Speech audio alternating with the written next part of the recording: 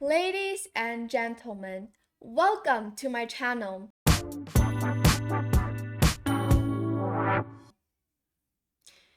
In the chess world, there are many chess players who are extremely strong and, for example, Magnus Carlsen. And these are more like the younger generations, or at least they're still like in their 30s and at the very best age to play chess. But in today's video, our main character is a legend who is from the older generations, like he is 56 years old. And as you can see on the screen, this old man is playing chess. His facial expressions are extremely serious, and he is none other than Ukrainian Grandmaster Vasyl Ivanchuk, who, in my eyes, is just a chess legend that has beat so many strong players, so many world champions. And yet again, even though he is already at an age where it is not the best age to play chess, usually when people are in their 30s especially, this is the best age to play chess at, because not only does you have enough understanding of the positions, but also you have stronger emotional you can control your emotions much better than when you are younger. But already he is close to his 60s, and yet again, in this last few days, or in this last 19 days specifically, in April, he played 27 games in total and barely losing any of them. Or, if I'm not mistaken, not losing any games, except for only wins and draws, no loss. And he played like 3 tournaments or something, and in one of the tournaments he was second place, and in the other he is first place. So very outstanding play. And he also picked up about 40 rating points, and once again getting back into the world's 100. Back to the top 100 on the May 2025 FIDE rating list. So as we can see here, May 2025 FIDE ratings, Ivanchuk is back. So, already as an old player, he is no longer that active, but recently he has been participating in many tournaments and playing extremely well, fighting for the prize, for the champion. And he played in this tournament called the Reykjavik Open 2025, and in this tournament there are many strong grandmasters, and those who are more, what's the word, not experienced of course, but are younger and will have a better time control, better time management, that way I should have said.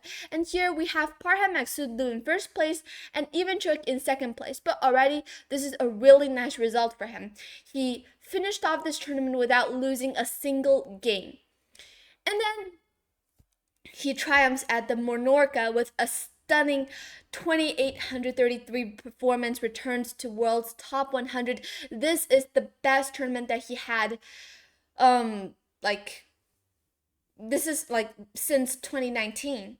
And he secured his first major tournament victory, that is, since 2019. This is really outstanding, and not only does he wins this whole tournament, but he also gets back to the top 100 players. So Ivanchuk triumphs at Menorca with stunning 2,833 performance, returns to world's top 100. The one and only Grandmaster Vasyl Ivanchuk capped off a brilliant comeback by winning the 4th Menorca Open with an unbeaten 8 out of 9 score and an impressive 2,833 performance. The 56-year-old secured his first major tournament victory since 2019, and with it returned to the world's top 100 players. Very outstanding, and what can I say? He just played extremely well, and maybe even though he didn't practice a lot, but still he has a lot of experience and everything. And actually, speaking of Ivanchuk, I remember there's a very interesting, maybe not interesting, but there's a thing that happened to him last year in 2024 in one of the tournaments. It was a fast or rapid tournament or something, very fast time control. And he was playing against Daniel Naroditsky. I remember I actually made a video about that. And in that game, he was just completely winning from the opening. I mean, he was just completely winning most of the times. In the middle game, in the end game, just completely winning. But then due to, like under time pressure, and like when you get older, you just feel more annoyed or worried about your time when you get under time pressure, and you're like always thinking, oh my gosh, I'm running out of time and everything, and you might just get distracted. And that is exactly what happened, and he threw that game, which could have been just winning, like no matter what, and he just threw that game and lost on time. And at that time, I remember that he just sat like in front of the chessboard and just cried even. This is something that really happened, and I also made a video about that. But some people just thought that he might just, think that, okay, I am already old, like not at the best stage to play chess. I might just stop playing tournaments and maybe go for coaching or something. But for Ivanchuk, he says no, and he just kept on playing tournaments and having great results. And today, we're going to be taking a look at the last game that he played in the Menorca, the fourth Menorca Open, where he is with the black pieces, playing against Pranesh, who is a 19-year-old Indian chess prodigy, very strong, having a rating of 2572, close to 2600. So Ivanchuk is with the black pieces, and let's jump into this game. So Pranesh starts with the move e4, and we have the Sicilian defense, knight c3, e6, knight f3, and a6. d4 takes, and queen c7. And actually, when I look at this game and the opening, it's so familiar to me, because for me, when I'm playing with the black pieces, I also play this opening, and this is called the Khan, or the knight variation of the Sicilian defense. Now, this is not the best option for black normally. What I'm trying to say is that also you can reach that position with this move order, takes, knight takes, a6, and then, like knight c3, and here play queen c7. But normally here, knight c6 is a much more common approach here, and after takes, like knight takes, queen c7, we reach this position where it is an opening that is really aggressive for black. And as you can see, black is looking forward to push b5 and then fianchetto the bishop to b7. So this opening is a very special choice for Ivanchuk. And here Pranesh plays the move bishop d3. Bishop c5 was played, knight b3 back, and the bishop drops back to bishop e7. Of course, right now, some of you guys might think still dropping back to bishop a7, but this is no longer the same, because white can now play queen g4 to attack this pawn, and you will, if you play g6, first of all, you will damage your own pawn structure and also create a bunch of weaknesses, and black can get into trouble after bishop f4, attacking the queen, and if you block with d6, queen g3, and you just simply lose this pawn. So it's really tricky here, and you have to go back with bishop e7, and that is exactly what Ivanchuk did. In the game, Pranesh played queen g4 anyways, and here Ivanchuk made a small mistake with bishop f6. But actually, it is best for him to go g6 right now, and the difference is that there's no longer bishop f4, because after d6, the bishop is defending the d6 pawn as well, so the position is more likely, just more normal. But in the game, Ivanchuk decides to defend the g7 pawn with the bishop, and also threatening the c3 knight. But here simply what he missed is that white can go for bishop f4 and attacking the queen.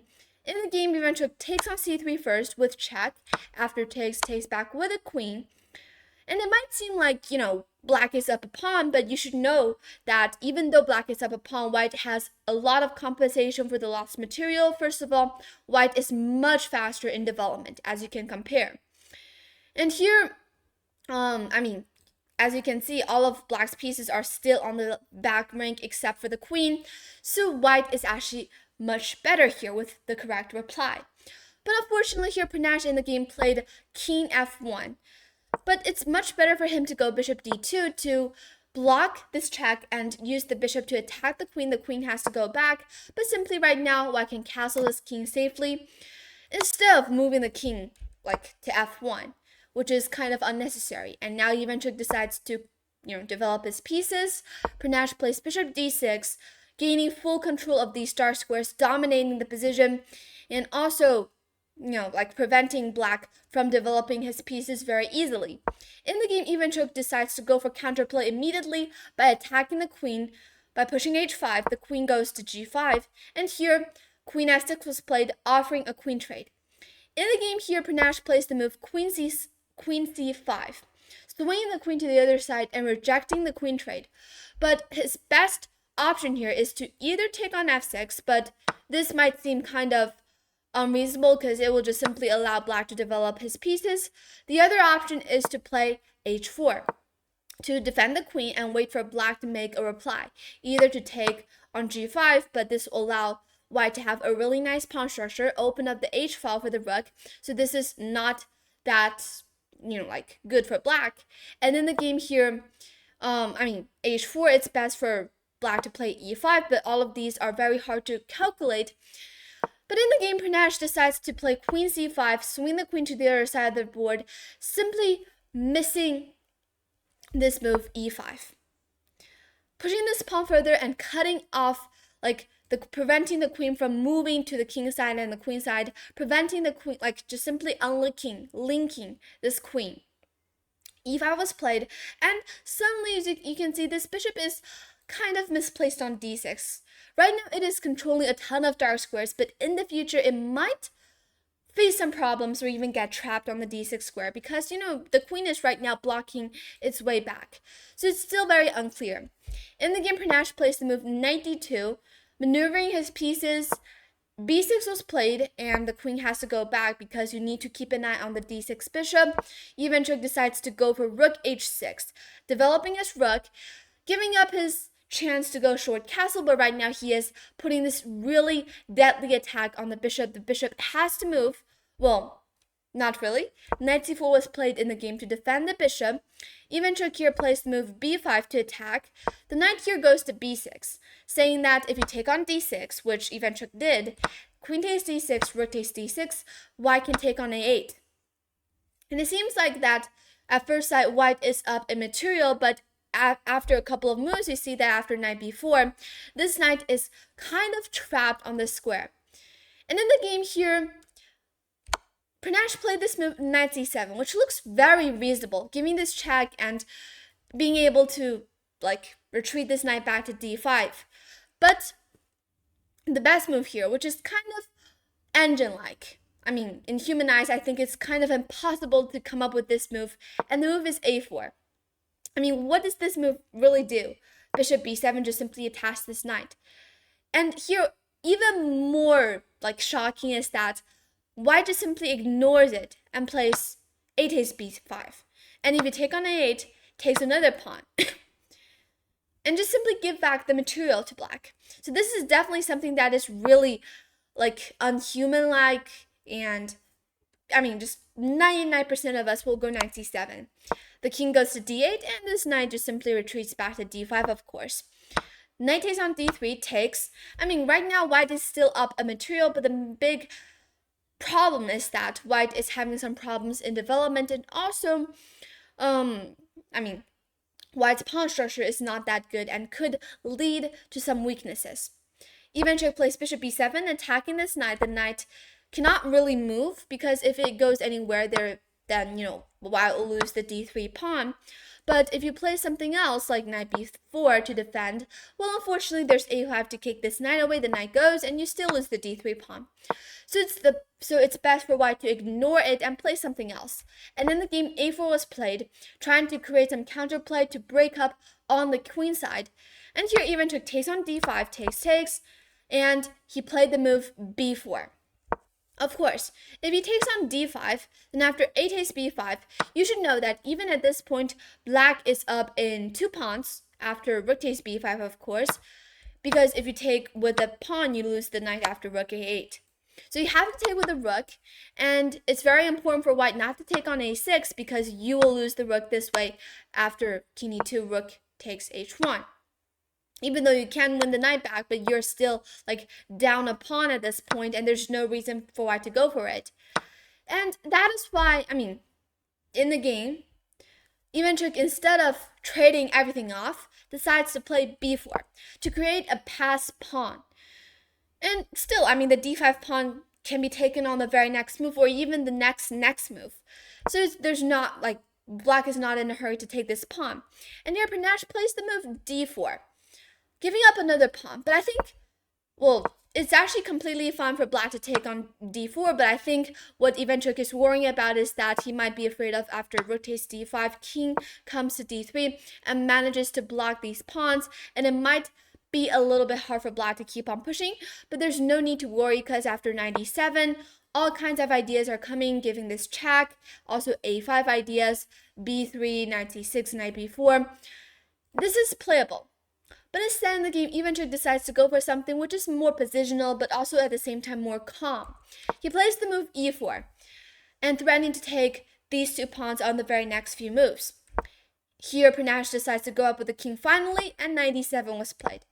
Rook hc1 was played, which looks very reasonable developing the rook, but after rook hc1, simply just allowing black to take on d5 and to activate this knight. This knight is now a very monstrous piece for white.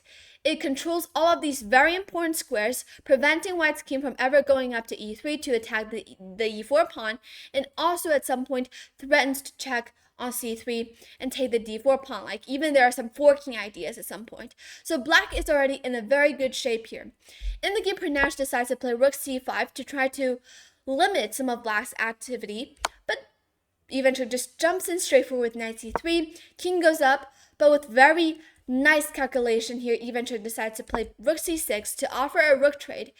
And here rook takes c6 was played, d takes c6, king has to go back, and because right now black is threatening to push the pawns further, and black is gonna win if white doesn't do anything. So of course the king has to go back to prevent the pawn from pushing, and a5 was played. Although this is not the easiest way to win here, it's much easier for Ivanchuk to just simply move up the king, king d7, king d6, king d5, and it's a very clean win. But a5 is also fine, just a small inaccuracy.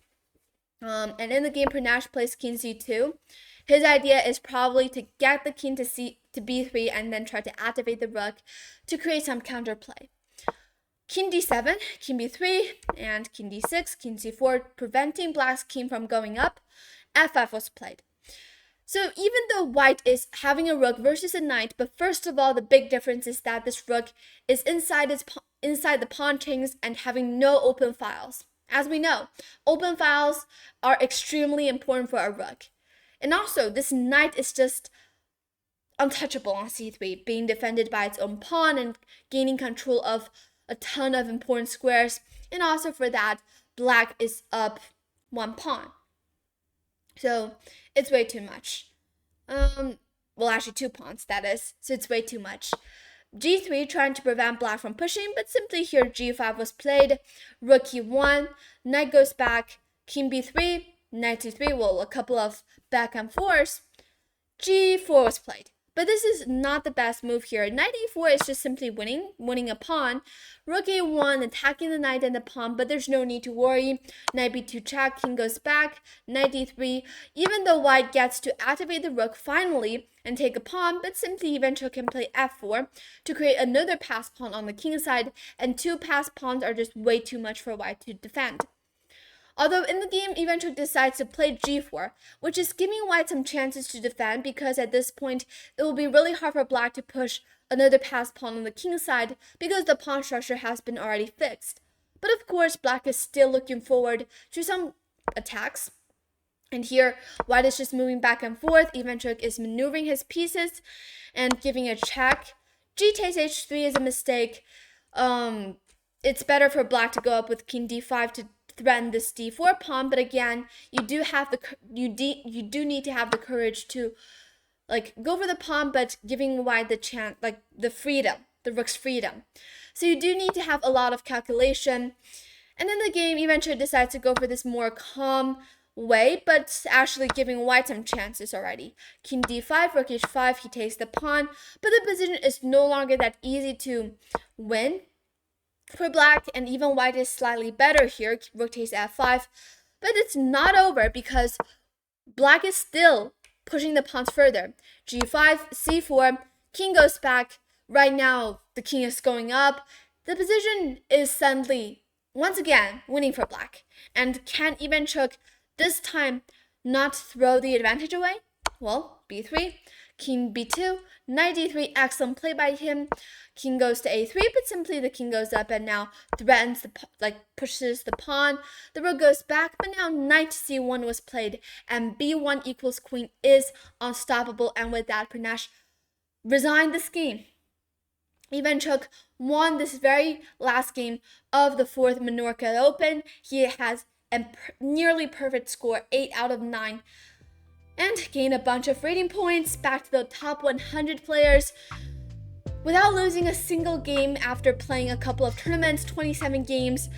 What an outstanding result for him. He is just a legendary chess player. Yeah, so hope you guys enjoyed my recap of this game and learned something from it. I mean, especially in the end games, when you're under time pressure, you do have to remain calm and steady. So that is all you have to remember, and that is what Ivanchuk did. Alright, so I hope you guys enjoyed this game as well as this video, and hope you guys see how legendary Vasyl Ivanchuk is. And thank you for watching. Please subscribe. I'll see you in the next video. Bye!